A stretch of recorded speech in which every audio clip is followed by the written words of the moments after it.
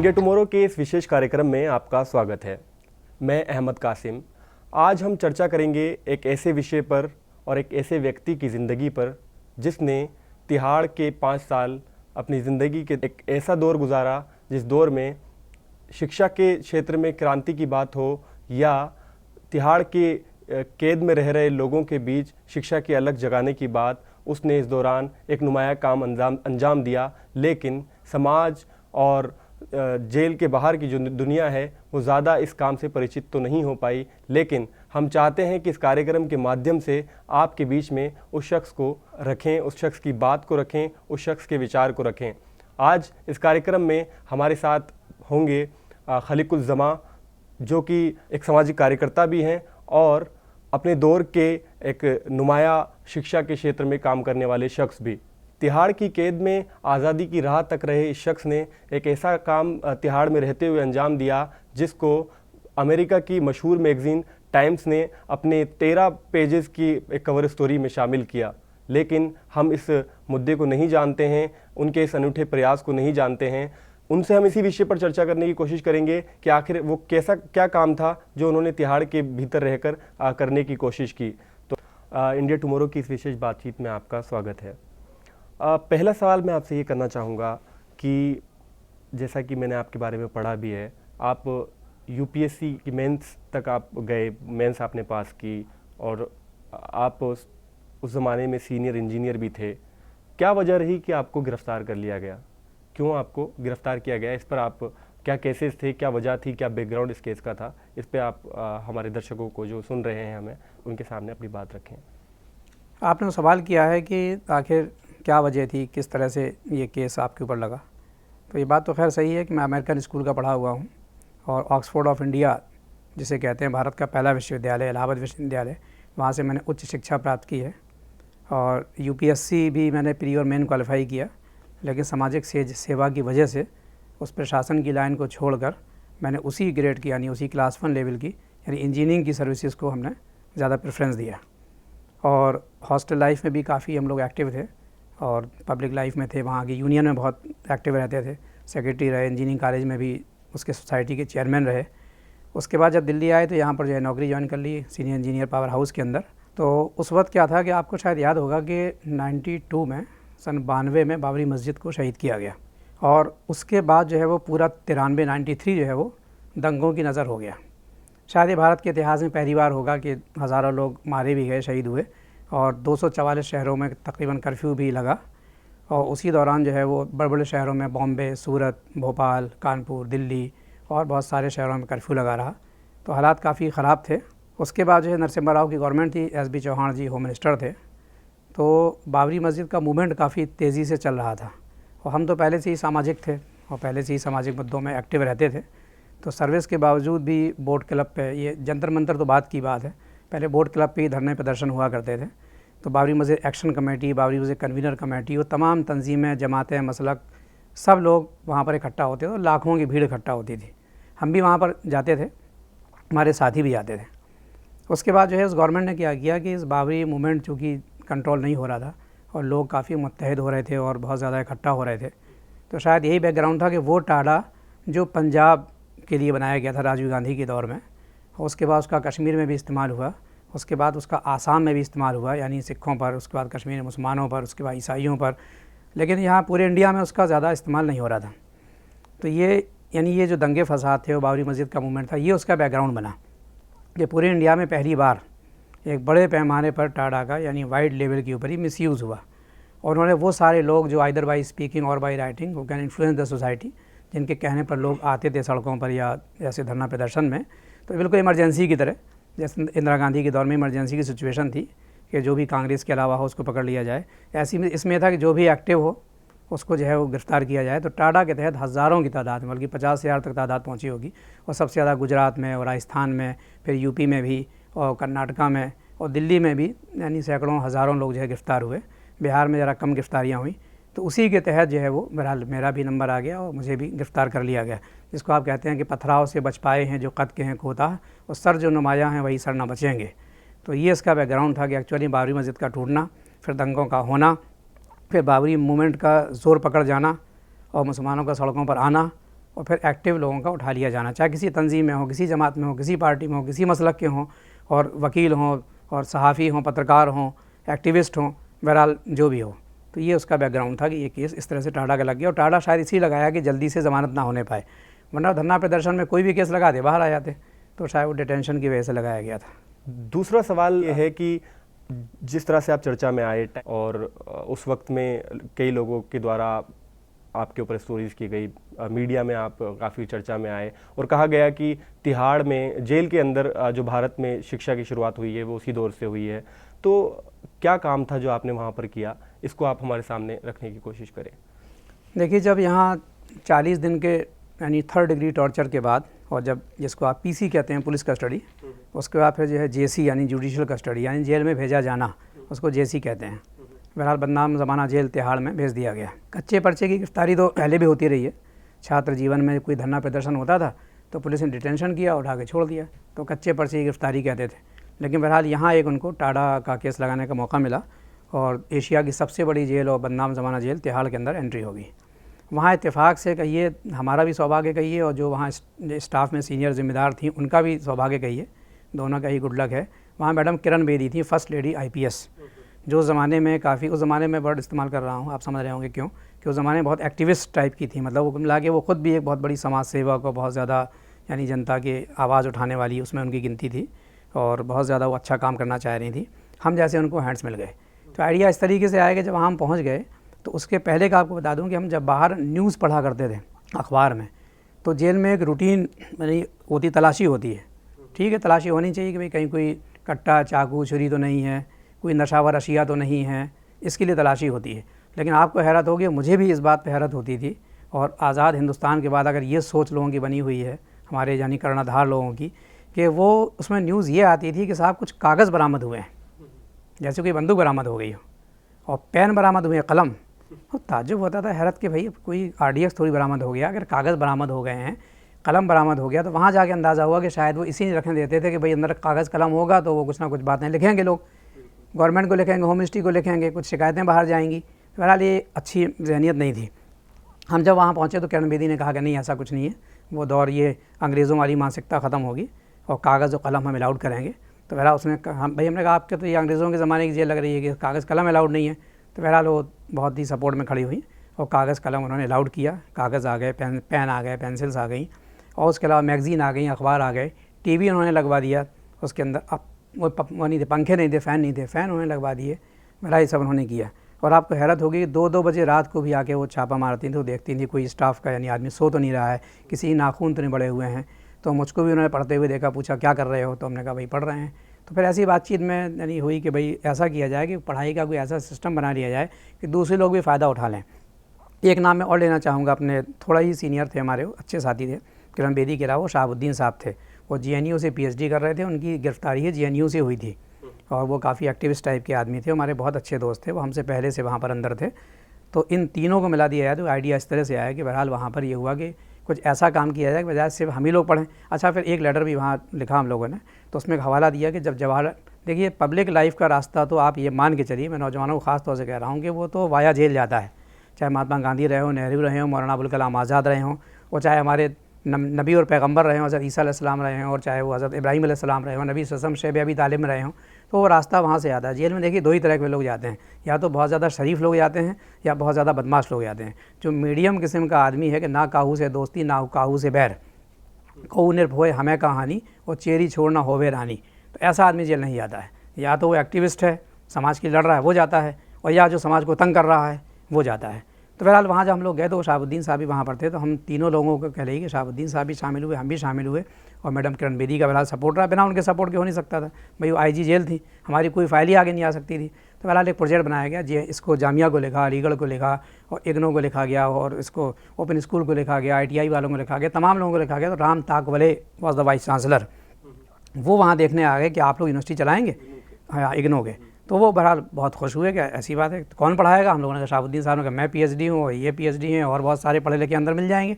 तो बहरहाल वो first year university of India का वहाँ न्यू पढ़ी, और उस वक्त के बहुत ही अच्छे जहन के और बहुत ही सेकुलर टाइप के लीडर थे, कांग्रेस में हर तरह के लोग रहे हैं। प्रधानमंत्री नरसिम्हा राव को छोड़ दिया आप, एस.बी. चौहान को छोड़ दिया आप, अर्जुन सिंह जी एचआरडी मिनिस्टर थे, उनको बुलाया गया, उन्होंने भारत के पहले जेल विश्वविद्यालय का उद्घाटन जेल में आके कर दिया, बड़े खुश हुए वो। तो एक छोटा सा कमरा था, आपको हैरत होगी जितना ये हम यहाँ बैठे हुए हैं, और यानी मुश्किल से 30-40 लोग बैठ सकते, वही लाइब्रेरी थी, वही ऑफिस था, वही क्लासरूम था, कुल कायनात वही थी शुरू में। खैर बाद में फिर राधेश्याम गुप्ता जी जब आए और वो डीजीपी बन के आए, पोस्ट प्रमोट हो गई, उन्होंने फिर जो है 2 वार्ड हमको खाली करके दिए, कहा इसको आप हॉस्टल बना लीजिए, और इसमें क्लासरूम और बड़े बाद में खुल गए। शुरुआत वहाँ से 25 स्टूडेंट से हुई थी, एंड हुआ हमारा तो 1000 स्टूडेंट थे 10,000 में से, तो एक अच्छा खासा एक बड़ी यूनिवर्सिटी वहाँ पर कायम होगी। तो इस तरह से एक आइडिया आया जहन में। उसके साथ साथ ये काम भी हुआ कि यानी इग्नो का सेंटर खुला, ओपन स्कूल का सेंटर खुला, एक ITI वहाँ पर खुली, नेट NIIT का कंप्यूटर सेंटर खुला, और एक बड़ी लाइब्रेरी, आपको हैरत होगी कि होम मिनिस्ट्री ने, यानी जो पहले एक इल्ज़ाम लग रहा था कि साहब जो है हमने एक टेररिज्म के एक आदमी को, एक टेररिस्ट को हमने पकड़ लिया है, और वो सारी मीडिया में सारे अखबारों की हेडिंग्स, जिसको लीड आप कहते हैं, पहली न्यूज़ विद फोटोग्राफ, वो पूरे हिंदुस्तान के अखबार में बनी थी। लेकिन बस मैं ये शेयर कहना चाहूँगा कि ये यानी पहला वार तुम कर लो और बात की हमारी बारी है। बस वो पहला वो वार खाली उनका हुआ कि साहब आप टेररिस्ट हैं, फलाना है ठिकाना। उसके बाद जो 5 साल न्यूज़ चली पूरे हिंदुस्तान में, तो एजुकेशन में काम हो रहा है साहब, शिक्षा के क्षेत्र में काम हो रहा है, जेल रिफॉर्म हो रहा है, तिहाड़ जेल जो बदनाम ज़माना जेल थी वो एक मॉडर्न जेल में तब्दील हो रही है। तमाम जेलों के लोग कहने लगे सुप्रीम वगैरह के साहब जैसी तिहाड़ जेल है मॉडल सैंपल ऐसी ही हम बनाएंगे अपने यहाँ। तो बहरहाल वहाँ ये सब खुल गया। एक और नई चीज़ वहाँ पर खुली जो आपको बता दूँ कि ये पढ़े लिखे लोग तो इसमें आ गए, 2 तरह के थे, हॉस्टल में रहते थे, और एक वो डे स्कॉलर कह लें आप आज यहाँ की इस्तिलाह में, कि जो वार्डों से यहाँ पर आते थे। सेग्रीगेशन का ख्वाब भारत में आज तक पूरा नहीं हुआ है, फाइलों में है कि साहब हैबिचुअल क्रिमिनल्स को अलग रखा जाएगा, एक्सीडेंटल को अलग रखा जाएगा, और जो ऐसी नौजवान फंस जाते हैं या सोशल केसेस में दे आर नॉट क्रिमिनल्स, झगड़ा हो गया, कुछ हो गया, बीवी में भी झगड़ा हो गया, सबको एक साथ रख देते हैं आप। तो जो क्रिमिनल नहीं वही क्रिमिनल बना जा रहा है, तो क्या सुधार आप कर रहे हैं? तो वो हल्का सा सेग्रीगेशन हुआ, एकदम तो नहीं हुआ, वो हल्का सा सेग्रीगेशन ये हुआ कि यानी मैडम किरण बेदी के बाद राधेश्याम गुप्ता जी ने एक अलग वार्ड हॉस्टल बना दिया कि जो वहाँ आके रहना चाहे, उन क्रिमिनल से थोड़ा सा दूर रहना चाहे, और जो ना रहना चाहे ऑप्शनल है, वो आए क्लास करे, वार्ड में वापस जाए। हॉस्टल का कॉन्सेप्ट वहाँ शुरू हुआ, जेल के अंदर, विद इन जेल ही। तो एक डे स्कॉलर हो गए, एक हॉस्टलर हो गए, तो थोड़ा सा उनसे दूर रहेंगे, जरा सा इनको फैसिलिटी ज़्यादा देंगे, तो सही सुधार का कॉन्सेप्ट पैदा हुआ। और जो रह गए वहाँ पर, उनके लिए एक इनफॉर्मल एजुकेशन का शुरू हुआ है, शायद लोगों को नहीं मालूम होगा, बिल्कुल शांति निकेतन की तरह से पेड़ के नीचे सबको बिठा दिया गया कि जो भी 10,000 की आबादी है, जो उस दिन डेट पर नहीं गया है कोर्ट, जो उस दिन हॉस्पिटल नहीं गया है, उसको बहरहाल लाजिम आके बैठना है पेड़ के नीचे, जो यूनिवर्सिटी में इसका एडमिशन नहीं है। वो कंपलसरी 2 घंटे की क्लास 8 से 10, यूनिवर्सिटी में तो शाम तक भी क्लास चलते थे, कंपलसरी पेड़ के नीचे, और कई हज़ार यानी रुपए के वहाँ वो लाए गए, क्या कहते हैं, ब्लैक बोर्ड लाए किरण बेदी ने ही। तो जो पढ़ा लिखा था वो पढ़ा रहा था, हिंदी क्लास, उर्दू क्लास, अरबी class, Germany class, mathematics class, और डाइट का जो सेंटर है डाइट का दिल्ली में, उससे हमने कहा कि आप हर 6 महीने पे आके 5वीं और 8वीं का एग्ज़ाम लीजिए, तो जो एग्ज़ाम देगा वो 10वीं 12वीं में आएंगे। इस तरह से काम शुरू हुआ। ये आपने सही बात कही है कि शाहिद जो है हमारे साथ था, देखिए हमारे साथ जो लोग केसेस में थे, तो इन्होंने क्या किया था, डिफरेंट शहरों से, कहीं करोरा, भानवती ने कुनबा जोड़ा, ये पूरे हिंदुस्तान से इन्होंने क्या किया कि एक जमात इस्लामी के हनीफ कुरैशी साहब थे बॉम्बे के, 68 साल के बुज़ुर्ग, उनको पकड़ लिया, और एक जो है वो शाहिद अनीस आज़मी, उस वक्त 15 साल का था, 10th पास किया था, उसको पकड़ लिया। उसके अलावा एक बूढ़ा, एक जवान, एक बच्चा, वो उन्होंने बॉम्बे से पकड़ लिया। और बाकी उन्होंने क्या किया कि पूरे हिंदुस्तान में कलकत्ता से, और आपका दिल्ली से मैं, और यूपी से, और इस तरह से पटना से, इस तरह से 6 लोग और जो जवान 20 से 30 साल की एज के थे, कुल मिला के सारा ऐसे मिला के कोई किसी को जानता भी नहीं था। एक टीम से बना दी कि साहब ये माइनॉरिटी यूनाइटेड फ्रंट है, और ये बाबरी मूवमेंट को बहुत ज़्यादा आगे बढ़ाना ये लोग चाहते थे। उसी में शायद अनीस आज़मी हमारे साथ थे 15 साल के। तो हमने जब यूनिवर्सिटी खोली, ओपन स्कूल खोला, तो जो फर्स्ट, तो उसने लड़के ने वहीं से किया है, 11वीं और 12वीं वहीं से उसने किया, फिर BA उसने वहीं से किया। तो जब वो फर्स्ट ग्रेजुएट बैच निकला तो उसमें वो शायद भी था भारत। उसके बाद तो 20-20, 30-30 लड़के निकलने लगे, 40, लेकिन वो भी एक न्यूज़ बना था, एक यूनिवर्सिटी खुलने की न्यूज़ बनी थी। एक फर्स्ट ग्रेजुएट बैच जब निकला 3-4 लोगों का, उसमें से 2 लोगों को, एक विनोद शायद नाम था, भूल रहा हूँ मैं, उसको नौकरी मिल गई बाहर सरकारी, तो वो शायद अनीस आज़मी ने वहीं से ही भी जो है BA किया था। बाहर निकलने के बाद उसने वकालत LLB किया, फिर एक बड़ा वकील बन गया, और फिर उसके बाद तो आपको मालूम है, एक था शाहिद कहानी, उसमें क्लास लेते हुए मुझको दिखाया उन्होंने। बहरहाल मैंने उसको पढ़ाया, उसका टाइम वेस्ट हमने नहीं होने दिया। हम समय देश के नौजवानों को बर्बाद नहीं होते हुए देखना चाहते हैं, ये देश का, समाज का भविष्य है हमारे ये लोग। तो उसने 5 साल में, बाहर भी होता तो इतना ही कर पाता, उसकी माँ ने कहा, बाहर अगर होता तो 11वीं 12वीं करता, BA करता 5 साल में। तो क्या बेटा तुमने तो उसका टाइम ही बर्बाद नहीं होने दिया। तो ये है, ये काम वहाँ। जैसा कि आपने बताया, क्या इस काम का जो आपने किया है तिहाड़ में रहते हुए, प्रभाव समाज पर पड़ा जब आप जेल से बाहर आ गए उसके बाद भी, या जिस दौरान आप जेल में थे उस दौरान जो कैदी छूट कर बाहर, आज़ाद होकर बाहर आ रहे थे, उनकी ज़िंदगियों में किस तरह से प्रभाव आपके उस काम का पड़ा, आपके साथियों के उस काम का उनकी ज़िंदगियों में पड़ा? देखिए, इसके बारे में तो मैं ये कहना चाहता हूँ कि अंदर जब शुरुआत हमने वहाँ पर की, जो ख़ास तौर से यूनिवर्सिटी वगैरह खोली, open school, ITI, computer centre, library, जो होम मिनिस्ट्री, इन 2 ट्रक किताबें दी थी हमको, ये है। उसके अलावा जो इनफॉर्मल एजुकेशन जो हमने शुरू किया, शांति निकेतन टाइप का, तो आपको पता है कि देखिए सरकार जब इन्वॉल्व होगी किसी काम में, वो सरकार ऐसा नहीं सारी ऐसी काम कर रही है, वो अच्छे काम भी जो है गवर्नमेंट करती है, तो वो तो डंडे के ज़ोर पे कोई कानून लागू करते हैं, तो 100% वहाँ हाज़िरी होती थी, सिवाय इसके कोई बीमार हो, वो बैठना पड़ता था। तो शुरू में क्लिनर्स ने तो बहुत गालियाँ दी, अच्छे खासे सो रहे थे, डेट पे नहीं जाना है, हॉस्पिटल नहीं जाना है, तो सोते थे आराम से। अब ये ज़बरदस्ती बैठना पड़ रहा है, तो गालियाँ मुझे पड़ती थी। लेकिन बहरहाल कुल मिला के उसका रिजल्ट ये हुआ कि बहुत सारे लोगों को लिखना पढ़ना आ गया, बल्कि दिल्ली के होम सेक्रेटरी साहब और बल्कि साहब सिंह वर्मा मुख्यमंत्री, ये लोग भी गए। तो ये बात वहाँ स्टेज पर कही गई कि जो तिहाड़ जेल में 3 दिन रह गया छोटे से केस के अंदर, ये बात मैंने वहाँ कही, वो अपना दस्तखत करना सीख जाएगा।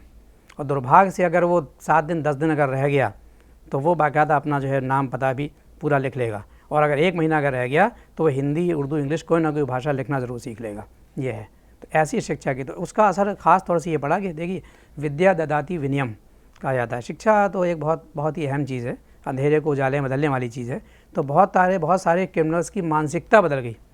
और प्लस हमने साथ साथ उसमें क्या, हम कल्चर प्रोग्राम भी करते थे। हमने अंदर शबाना आज़मी को बुलाया, और वो उनको आपके शत्रुघ्न सिन्हा को हमने बुलाया, और संतोषानंद जी जो रोटी कपड़ा और मकान में गाने लगे थे उनको हमने बुलाया, और जसपाल भट्टी ने एक फ़िल्म बनाई थी माहौल ठीक है, क्रिमिनल्स पर और वो उस पर यानी पुलिस के ऊपर, तो बड़ी मज़ाहिया टाइप की थी। आप जानते हैं जसपाल भट्टी उल्टा पुल्टा सीरियल आता था, बहुत मशहूर हुआ था। तो उनका प्रीमियर शो हमने यहाँ करा दिया स्टाफ से, क्या क्या इससे बढ़िया जगह क्या हो सकती है भाई, यहाँ क्रिमिनल भी हैं, पुलिस वाले भी हैं, तो प्रीमियर शो वहाँ पर हुआ उसका। तो कहने मतलब है कि उसका बड़ा असर ये हुआ कि बड़ी मानसिकता चेंज हुई। एक मिसाल दूंगा तो ज़्यादा समझ आ जाएगी। हमारा एक छात्र था, और बहरहाल वो छूट के चला गया। हमने उसको एक छोटा सा मशवरा दिया था कि बेटा तुम जमुना पार में जहाँ रहते थे वहाँ मत रहना। मुझे नाम याद नहीं आ रहा, माली संदीप नाम था। वो चला गया, लड़का नौजवान था, सब 20-25 साल के लड़के एक्सीडेंटल आ जाते हैं, हैबिचुअल क्रिमिनल्स नहीं है। वो इत्तेफाक से वो यानी मोहल्ले दोस्तों का मोह नहीं छोड़ पाया, वो उसी मोहल्ले में रहा। अब वहाँ उसके ऊपर ये प्रेशर बना, आप समझ लीजिए किसने बनाया। अब मैं उसको कहना नहीं चाह रहा हूँ, आप समझ जाएंगे और पूरे दर्शक समझ जाएंगे। उस पर प्रेशर बना कि अब तू अगर क्राइम छोड़ देगा तो फिर हमें कमीशन कौन देगा। और जब उसने छोड़ दिया क्राइम तो उसको दोबारा अंदर बंद कर दिया गया झूठे केस में। जब अंदर आ गया तो हम लोगों ने हंगामा किया, अंदर से लिखते बहुत, कलम तो आ ही गया था, अब कागज़ तो आ ही गया था। हमने होम मिनिस्ट्री को लिखा, मैंने कहा नहीं सरकार को अच्छे काम भी करती है। बहरहाल फिर इंक्वायरी पुटअप हो गई, और बहरहाल 2-3 डेट में ही बाहर गया वो। तो फिर उसका अच्छा, तो बहुत सारे अभी मुझको मिल जाते हैं, कोई जो है वो यानी बहुत खुशी होती है, कोई जो है वो RTV चला रहा है, तो किसी ने बैटरी रिक्शा ले लिया है, तो कोई कहीं नौकरी कर रहा है, पढ़ा लिखा है, कोई 1-2-4 तो इग्नू में ही लग गए, इग्नू से पढ़ के इग्नू में ही लग गए। एक राकेश कुमार द्विवेदी को हमने अंदर से IAS का एग्ज़ाम दिलाया था, MBA का एग्ज़ाम लड़कों ने दिया। तो बड़ा जो फ़र्क पड़ा, और हम साथ में कल्चर और रिलीजियस एक्टिविटी करते थे। देखिए मेन चीज़ है खुदा का खौफ, ईश्वर का भय। इस नैतिकता के बेस के अलावा सारे कानून आपके बेकार हैं, सारी इस्लाह बेकार है। तो हम लोगों को भी कहते, एक वहाँ पर चोरी के केस में बहुत आता था, तो मैं उसका नाम नहीं लूँगा, मैं हम अच्छे काम में हम नाम लेते हैं। और जब कोई वैसा हो किसी का, तो हमने आज तक किसी का क्राइम ही नहीं पूछा तुमने क्या किया, हमारे निकाय में तो अल्लाह का बंदा है, ईश्वर का बंदा है ये। तो हम उससे पूछते थे, यानी वो चोरी केस में आता था कि तुम हर 6 महीने बंदर आ जाते हो, बीवी मिलने आती है, चेहरे पे कोई टेंशन नहीं है, क्या है। तो वो कहा करता है आप भी तो सऊदीया पैसा कमाने जाते हो, और तुम तो साल भर में 1 बार आते हो, और हम तो 6-6 महीने में आ रहे हो, बीवी तो हर हफ्ते मिलने आ रही। मैंने ये मानसिकता ठीक नहीं है। फिर मुझसे कहें गुरुजी बताओ क्या करना है। मैंने कहा भाई काम समाज में बहुत सारे करने हैं, समाज और देश के लिए अच्छे काम करने हैं। तो बोले बताइए क्या करना है। मैंने सबसे पहले क्राइम छोड़ना है, पहला काम क्राइम छोड़ना है। तो कहना मतलब है कि अंदर भी ये फ़र्क पड़ा कि खुद वो वहाँ के स्टाफ ने माना कि जो अंदर की लड़ाई झगड़े होते थे, जो गैंग वार होती थी, जो उठापटक होती थी, वो काफ़ी कम हुई अंदर की। वरना अंदर भी केस दर्ज होते थे, वो काफ़ी कम, 0 तो नहीं हुई, मर्डर तो फिर भी हो जाते थे, और लड़ाई झगड़े, लेकिन उतनी ज़्यादा नहीं हुई, वो कम हुई। क्यों? शिक्षा की वजह से अंधेरा दूर हुआ। और ये लोग बाहर निकले तो उसमें हिंदू भी थे, मुसलमान भी थे, और कुछ लोग ने यानी अल्लाह का रास्ता अपना लिया और अपना ईमान उन्होंने बदला कि अब तो हम अच्छे रास्ते पे चलेंगे।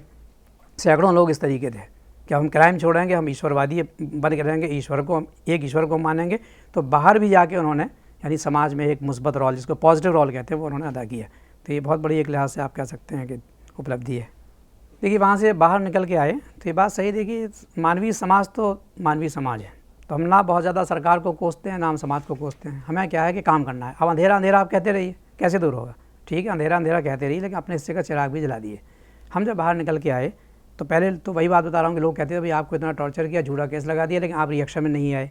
भाई हम तो समाज सेवी आदमी हैं, हम क्यों रिएक्शन में आएंगे। जो गलत काम कर रहा है वो अपना जाने ईश्वर को हिसाब देगा, ये ऐसे ही बाहर निकलने के बाद समाज का रवैया, रिश्तेदारों का रवैया अच्छा नहीं था।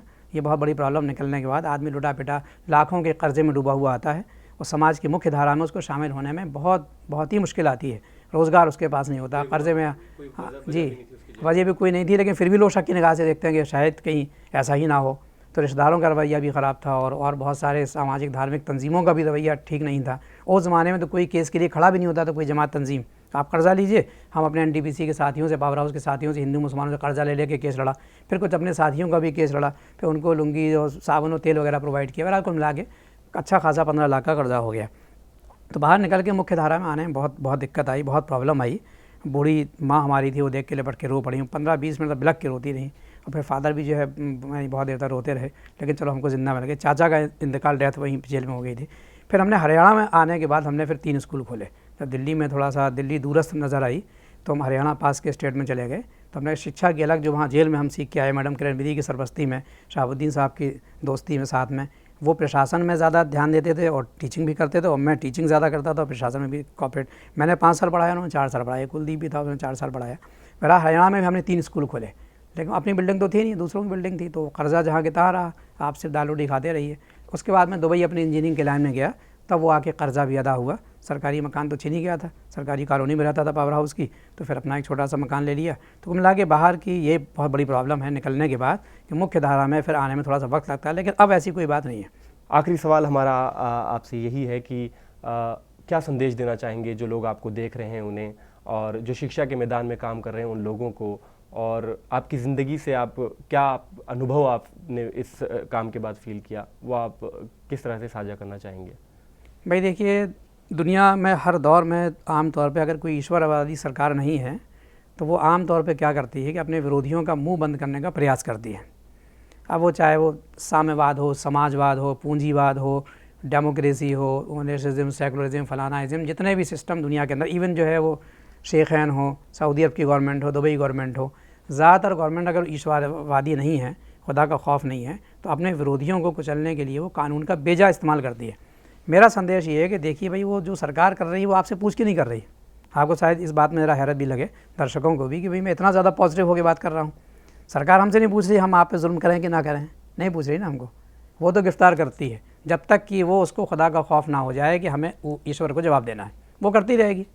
तो हमें क्या करना चाहिए? तो मैं यही कहता हूँ, संदेश मेरा ये रहता है कि यानी असल में सरकार करती क्या है, वो करती है कि आज कुछ ऐसा तय पाया है हक़ के जारेदारों में, जो हम पर ईमान न लाए चुनवा दो दीवारों में, और सूरज को दो देश निकाला दिन का किस्सा पाक करो, और होते हैं ऐसे मंसूबे रात के रिश्तेदारों में। ठीक है, रात के रिश्तेदार हैं ये, तो भाई उन्हें अपना काम करने दीजिए। मेरा संदेश ये नौजवानों से, रिएक्शन में ना ही है, उन्हें अपना काम करना चाहिए। उनका जो ज़र्फ़ है वो अहले सियासत जाने, और मेरा पैगाम मोहब्बत है जहाँ तक पहुँचे।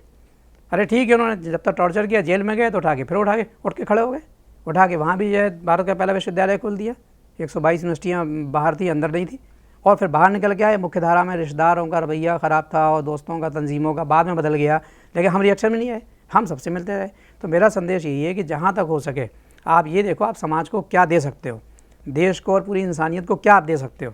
आप देने वाले बनिए, आप लेने वाला छोड़िए। आप असल तो हिसाब हमको ऊपर वाले को देना है। तो ये है असल चीज़, यही मेरा संदेश है कि चाहे जहाँ भी रहो, चाहे जहाँ डाल। मैं तो कभी कहता मजाक में, वो कहता था, हमारा सुप्रीम यशपाल गर्ग साहब बहुत ईमानदार आदमी थे, अच्छे आदमी थे, और राजस्थान के थे, वो PCS थे। कहते थे, खलीक तो ये तो लग नहीं रहा है कि तुम जेल में हो, मुशायरे हो रहे हैं, कल्चर प्रोग्राम हो रहा है, यहाँ एजुकेशन का काम हो रहा है, यहाँ पर सब कुछ हो रहा है, क्या है, क्विज कंपटीशन हो रहे हैं, लग नहीं रहा है। तो मैं उनको ये बात कहता, ये नौजवानों को संदेश मेरा है कि देखिए, चाहे वो जेल की दीवार के इस पार हो या उस पार, है तो अल्लाह की ज़मीन, है तो ईश्वर की ज़मीन। तो आपकी रिस्पॉन्सिबिलिटी कहाँ ख़त्म हो रही है? आपकी जिम्मेदारियाँ ख़त्म नहीं हो रही हैं। आपसे ऊपर वाला पूछेगा, वो भी तो ईश्वर की ज़मीन है। तिहाड़ जेल हो या कोई भी जेल हो, दुनिया की कोई भी जेल हो। तो कुल मिला के ये है कि आप पॉजिटिव रहिए, आप अपना काम करिए, आपको अपनी कब्र में सोना है। तो मेरा असल में सबको संदेश ये है कि बस आप ये देखिए कि जितना स्पेस है और ज़्यादा स्पेस बनाने की कोशिश कीजिए, और प्लस ये सरकार से भी डिमांड कीजिए भाई थोड़ा सा वो रवैया अपना बदले, लेकिन आपको जो करने का मौका मिला वो ज़रूर कर डालिए। और ऐसा अगर आपने कर लिया तो रिज़ल्ट क्या होगा कि निकलेगा एक नया आफताब, आज नहीं तो कल से ही। बहुत बहुत शुक्रिया आपका इंडिया टुमारो से बातचीत करने के लिए। आपकी इंडिया टुमारो पर इस वीडियो को देखने के लिए आपका बहुत बहुत शुक्रिया।